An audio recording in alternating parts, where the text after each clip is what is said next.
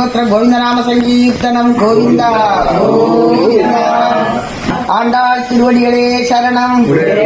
அனந்த பத்மநாப சுவாமிக்கு, ஸ்ரீ வில்லிபுத்தூர் நாச்சியாருக்கு, ஸ்ரீ பாமா ருக்மிணி சமேத நவநீத விஸ்வபெருமாளுக்கு, ஸ்ரீ ஆஞ்சநேயருக்கு, ஸ்ரீ கருடாழ்வாருக்கு சர்வத்திர கோவிந்தநாம சங்கீர்த்தனம் கோவிந்தா கோவிந்தா.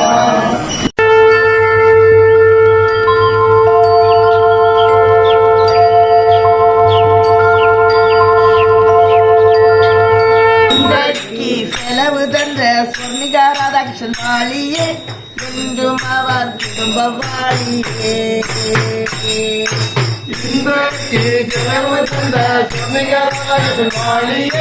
என்றும் அவர் குடும்பவாளியே.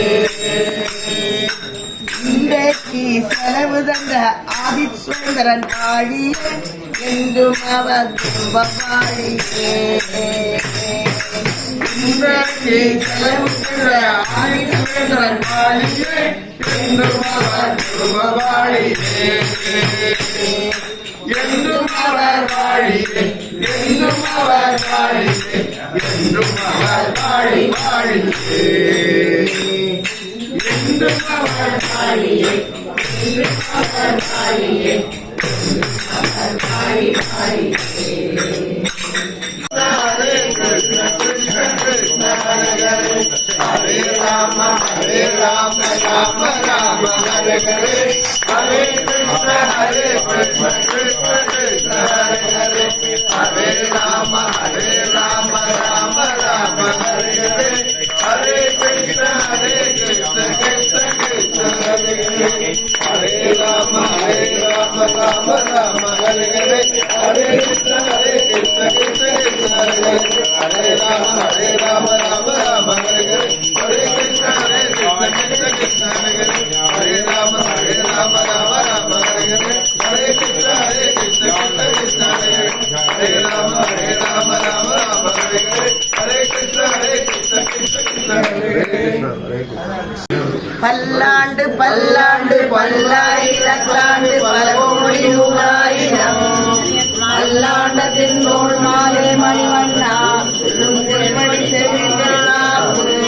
அடியோடு நின்னோடு ஆயிரம் பல்லாண்டு வழிவாங்கி பல்லாண்டு வாழ்கின்ற மந்தையும் பல்லாண்டு வழிவாரோதி சுடர் வளர்முறையும் ஆழியும் பல்லாண்டு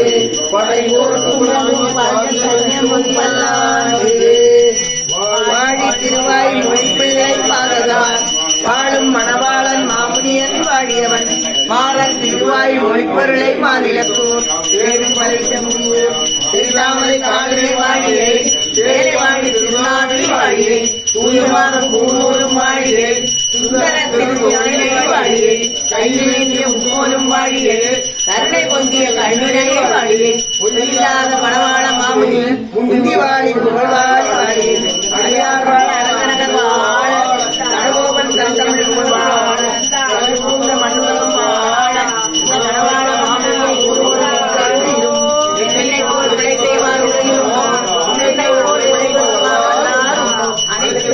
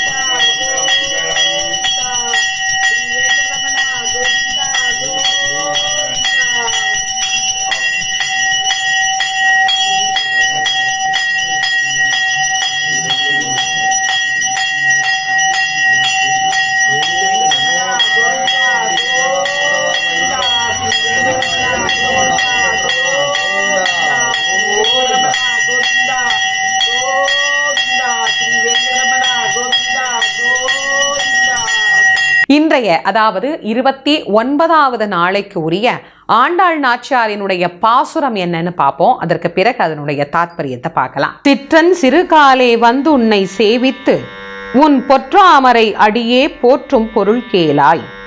பெற்றம் மேய்த்து உண்ணும் குலத்தில் பிறந்து நீ குற்றவேல் எங்களை கொள்ளாமல் போகாது. இற்றை பறை கொள்வான் அன்று கான் கோவிந்தா. எற்றைக்கும் ஏழேழ் பிறவிக்கும் உன் தன்னோடு உற்றோமேயாவோம்.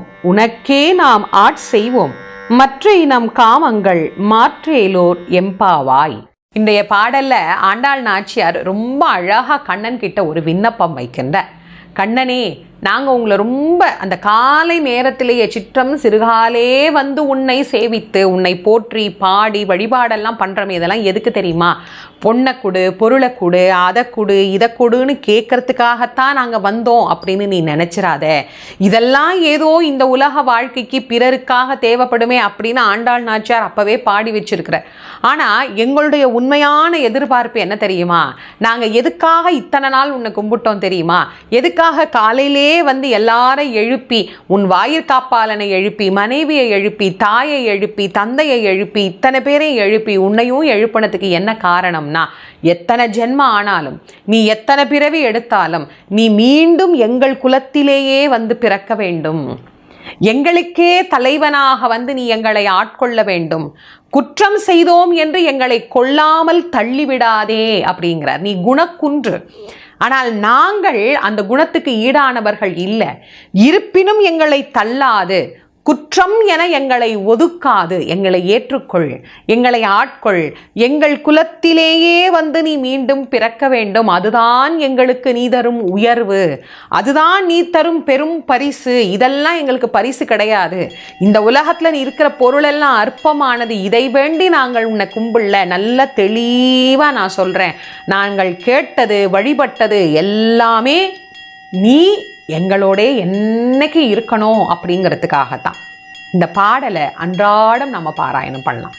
ஏதோ மார்கழி மாதம் மட்டும்தான் பாராயணம் பண்ணணும்னு நிறைய பேர் நினைக்கிறாங்க. அது ரொம்ப தவறு. அன்றாடம் இந்த பாடல்களை நம்ம பாராயணம் பண்ணலாம். குறிப்பாக இந்த பாட்டு நான் அதுக்காக தான் கேட்டேன், இதுக்காக தான் உன்னை கும்பிட்டேன்னு இல்லை சுவாமி. நான் கேட்க வந்தது என்னைக்கும் என் குலத்தில் நீ இருக்கணும், என்னைக்கும் உன்னுடைய கருணை எங்களுக்கு கிடைக்கணும், குற்றமாக நினைத்து என்னை ஒதுக்கி விடாதே அப்படின்னு சுவாமி கிட்ட இன்றைய பாசுரத்தில் விண்ணப்பம் பண்ணுறார்.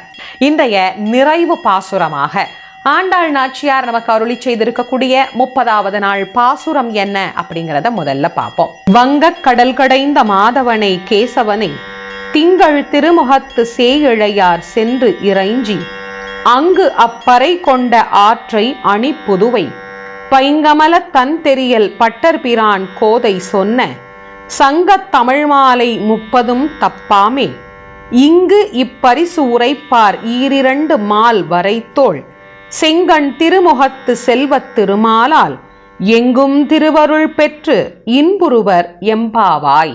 இன்றைய நிறைவு பாசுரத்தில் ஆண்டாள் நாச்சியார் தனக்கே உரிய ஓர் அழகான முத்திரையை பதித்து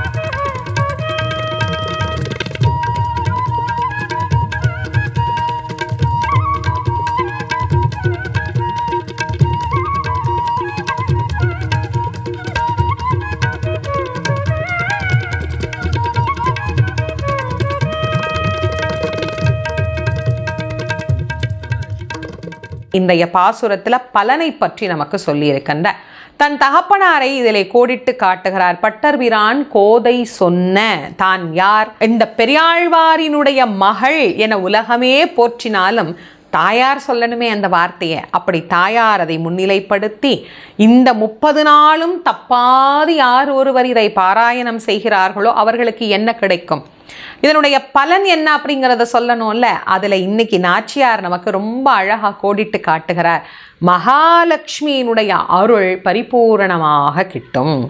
மகாவிஷ்ணுவினுடைய அருளுக்கு இவர்கள் பாத்திரமாவார்கள். இதை விட நம்மளுக்கு வேற என்ன வேணும்? 30 நாளும் தப்பாது யார் ஒருவர் கோதையின் தமிழை பாராயணம் செய்கின்றார்களோ அவர்களுடைய உள்ளத்திலும் இல்லத்திலும் மகாலட்சுமி நிறைந்து இருப்பாள்.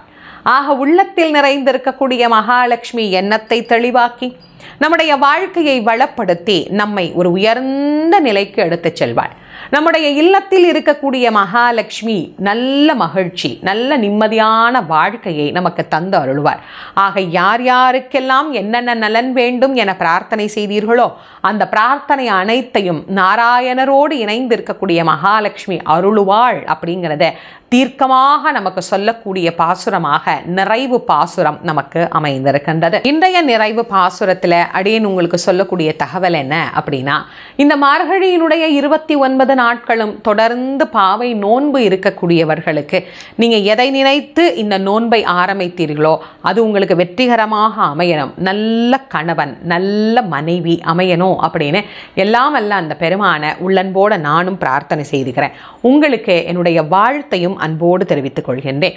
இந்த அருமையான விரதம் இருந்த எல்லோருக்கும் எம்பெருமானுடைய கருணை நிச்சயமாக துணை புரியும். அதுல எந்த சந்தேகமும் வேண்டாம். அடுத்த ஆண்டு பாவை நோன்புக்குள் அது அனைத்தும் பலிதமாகணும் அப்படின்னு எம்பெருமானுடைய திருவடியில நாம் அதை விண்ணப்பம் செய்யலாம். அது இல்லாது இன்றைய நாள்ல நாம இந்த 30 பாடல்களையும் கேட்ட பலன் எல்லோருக்கும் பரிபூரணமாக கிடைத்து அனைவருக்கும் இந்த மார்கழியினுடைய 30 பாசுரங்களையும் கேட்டு மகிழ்ந்த எல்லோருக்கும் எம்பெருமான் சிவபெருமானுடைய அருளும் ஸ்ரீமன் நாராயணருடைய பரிபூரணமான கருணையும் துணை புரியணும் அப்படின்னு உள்ளன்போட நானும் பெருமாளை பிரார்த்தனை பண்ணிக்கிறேன். நான் உன்னை நம்புறேன். நிறைய பேர் என்ன கேலி செஞ்சுட்டு இருக்காங்க. எங்க உன்னோட கடவுள் எங்க இருக்காங்கன்னு கேக்குறாங்க. அவங்க எல்லாருக்கும் நீ இருக்கன்னு எப்படி சொல்றது? அவங்கள நான் எப்படி நம்ப வைக்கிறது? நான் சொல்றத முதல்ல கேளு. கண்ணு, மூக்கு, கையு, காலு, காது இதெல்லாமே வெளியவே இருக்கும். அது எல்லார் கண்ணுக்கும் தெரியும். பிரெயின், ஹார்ட், கிட்னி, லிவர் இதெல்லாமே உள்ளதா இருக்கும். அதை ஸ்கேன் பண்ணி பார்த்தா தான் தெரியும். இது எல்லாத்தையுமே பார்க்க முடிஞ்ச உங்களால உயிர் எங்க இருக்குன்னு சொல்ல முடியுமா? அந்த மாதிரி தான் நானும். எங்க இருப்ப, எப்படி இருப்ப, எப்ப வருவேன்னு யாருக்கும் தெரியாது.